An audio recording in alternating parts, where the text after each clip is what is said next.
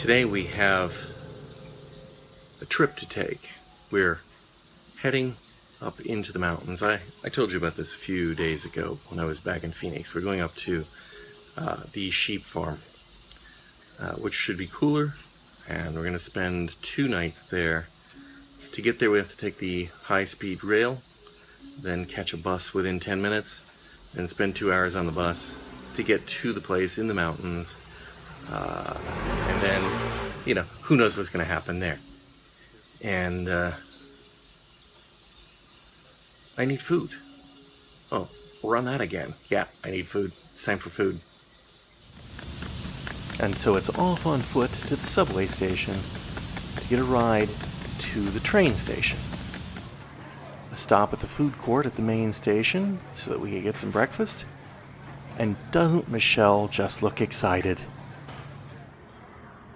And for my friend Simon in Wales, this is the high-speed train experience. First, you sit around in a relatively comfortable waiting room. The train arrives mostly silently.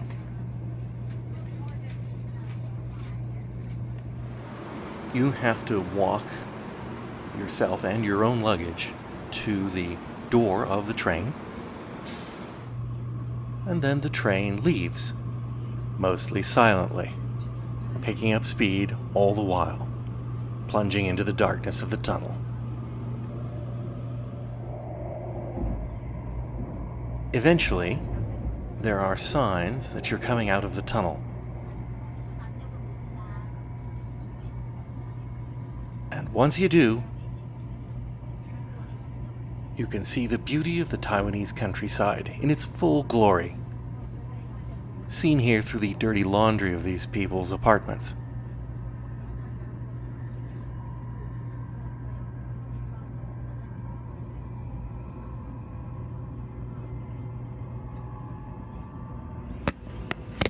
Eventually, though, you do start to get out of the city, and the train continues to pick up speed until it reaches approximately 300 kilometers an hour. But it doesn't look like you're moving that fast. In less than an hour, we arrive in Taichung. Once we're in town, we switch back to more prosaic forms of transportation. In this case, a bus. The ride doesn't start out too badly as you travel through the flatter parts of Taiwan. But as you begin to head up into the mountains, the roads get narrower and more winding, and you begin to question whether or not these roads were built for an object the size of this bus. You question that even more when there's a sheer cliff on the right side of the bus, and you are passing an equally oversized vehicle on your left at 1 to 2 miles an hour.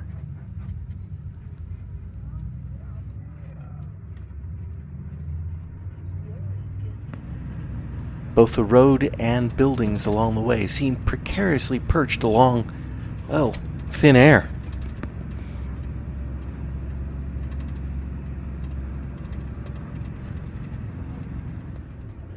Michelle, with her fear of heights, did not take the bus ride well. We're at our hotel, which is Sunnydale, up near the Chenjing farm, and I only have a minute or two before we have to go to the sheep show. This is the balcony from my toilet, and I'll just spin you around here to get you a feel for the precipitous hill and valley. I see the little bridge down there? Way down there. Yeah. And over there's some Swiss buildings, because this is kind of like the Alps. And I think, let's see, back over that way. Yeah, some more. And also you can see the clouds coming in, pouring over the mountains and down. Well, that didn't work very well. Pouring over the mountains and then down. Alright, we gotta go see the sheep show. I hope Sean's in it. In rather typical Taiwanese fashion, the hotel staff drove us in their personal car up to the Qingqing Farm so that we could see the sheep show. Qingqing Farm is, not surprisingly, perched on a hillside. There's a sheep there. With sheep, because it's a sheep farm. As we headed to the sheep show, we noticed these people on this rocky outcropping overlooking the stage. Perhaps they knew something we didn't know. Perhaps they're sheep show junkies. Nonetheless, when we got down to the stage, you can see how it might be difficult to see across this sea of umbrellas.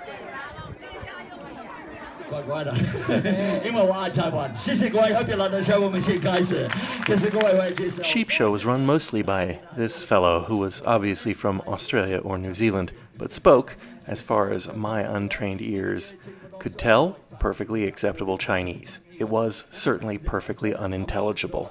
The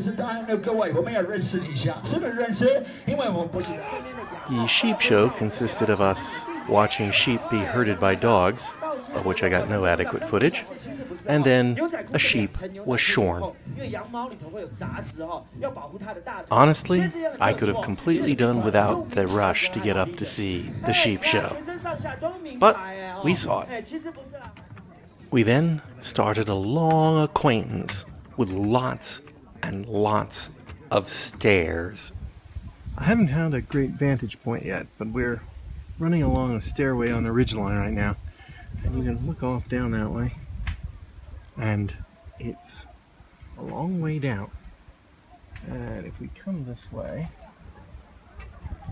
along the stairs, and we come over here, this is the sheep farm down below us. And you just can't see anything. But it's a long way down there too.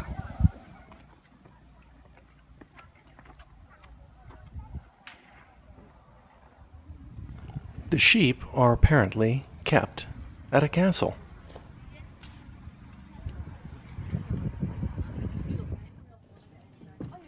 And it would appear that all of the sheep know exactly on which side of the bread is buttered.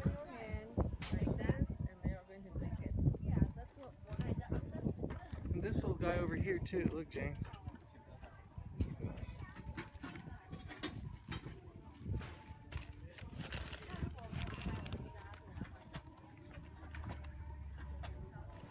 The last time we were at this farm and Michelle tried to feed the sheep, it was out in the open. And when they swarmed around her, she dropped it on the floor and ran away in terror.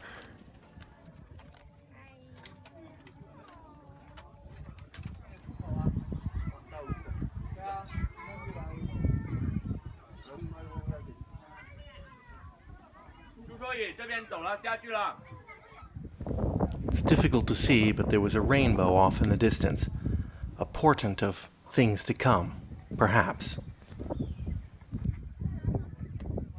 It hasn't carved on yet.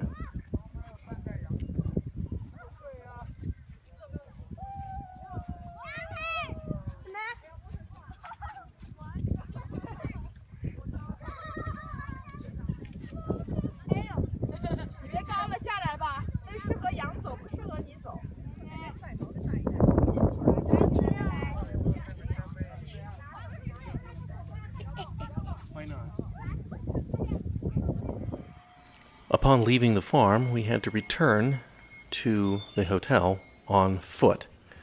This turned into a bit of an adventure, mostly involving steep roads and stairs.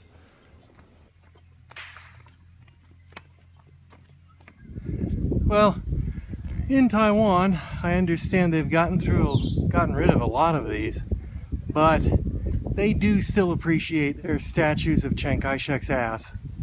And there it is. The great little dictator himself. He's probably gonna shit on somebody and kill him. And this is the way down. At least, well, it's not very steep. You could ride a soapbox derby racer through there.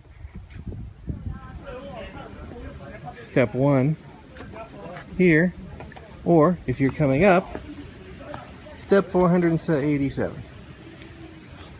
So we have a few more to go. Count them, James.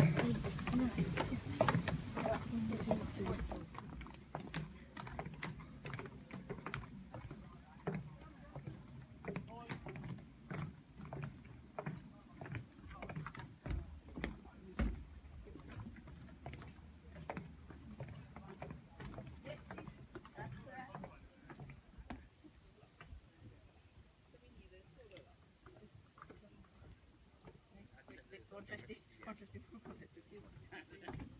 I had that same problem. I'm just 4, 6, 7, 8, 9. Man, I'm just might shake it up. Somewhere in the 70s.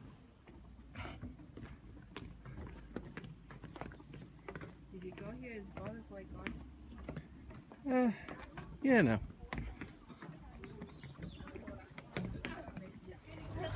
We've passed 300 steps on the way down, and we've pulled off here to this little side vista to rest and eat some Cheez-Its and drink the tiny little bit of water I have left.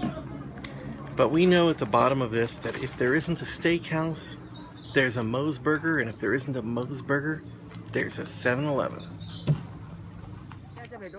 And with the 487th step within sight here, we realize that there's more steps ahead.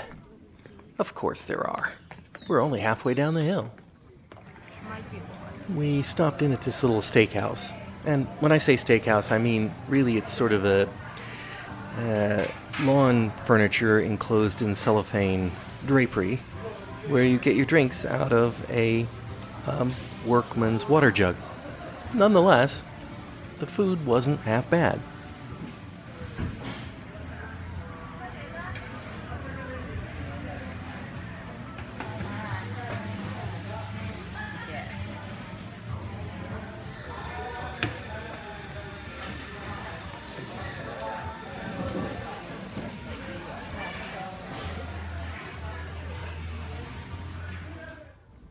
And as the sun got lower and lower and the clouds continued to crowd into the valleys below, we headed off back towards our hotel again.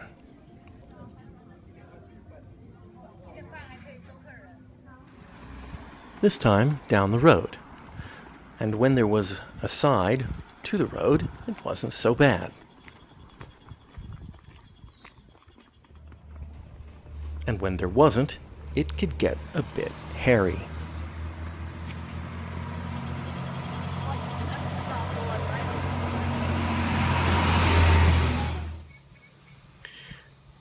There are 3 Typhoons on the way in. 3. One of them's already touching the south part of the island, which could be touching us a bit. And it's very windy tonight, or it's been very windy. It's a little calm right now, or calmer than it was. It sounds terrifying, whistling through the eaves of this hotel in our room. And it is absolutely howling. But I'm actually outside here and it's not so bad. Another one, a much bigger one, is barreling straight down on us. I'm hoping we have a few days before that one gets here. It doesn't look good. And then the third one, who knows where it's going to go, but right at the moment it's in a line. So, I don't know what we're doing tomorrow. I don't know what we're doing here. I mean, apart from just getting out of Taipei. It's certainly not as cool as my wife would have liked.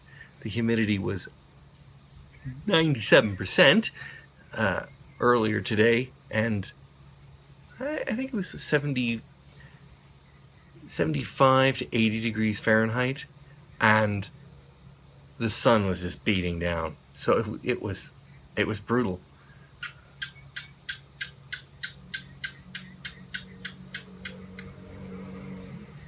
See, there's things around here. Anyway, I think I'm going to go back inside, but we'll see what keeps happening tomorrow. And for the time being, remember to like, comment, and subscribe.